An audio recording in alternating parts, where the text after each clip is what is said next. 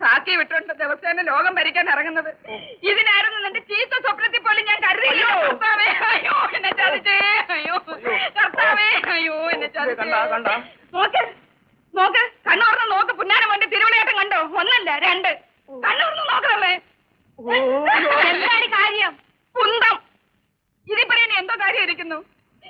നാഴിക്ക് 40 വട്ടം എന്റെ വീട്ടുകാരെയും പഴി പറയുന്ന നിങ്ങൾ നിങ്ങളുടെ മോനും കൂടെ എന്നെ ചതിക്കായിരുന്നു. കിടന്ന് തൊണ്ണു ഇറക്കാതെ കാര്യം എന്താണെന്ന് വെച്ചാൽ പറയടി. കാണും, നല്ലോണം കാണും.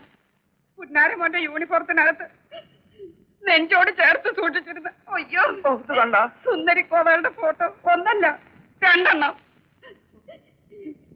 എന്റെ ദൈവമേ, എനിക്കിങ്ങനെ ഒരു കളിപ്പേര് പറ്റിയല്ലോ. കൊള്ളാവുന്ന എത്ര സ്ഥലത്തുനിന്ന് എന്നെ ആലോചിച്ചത്.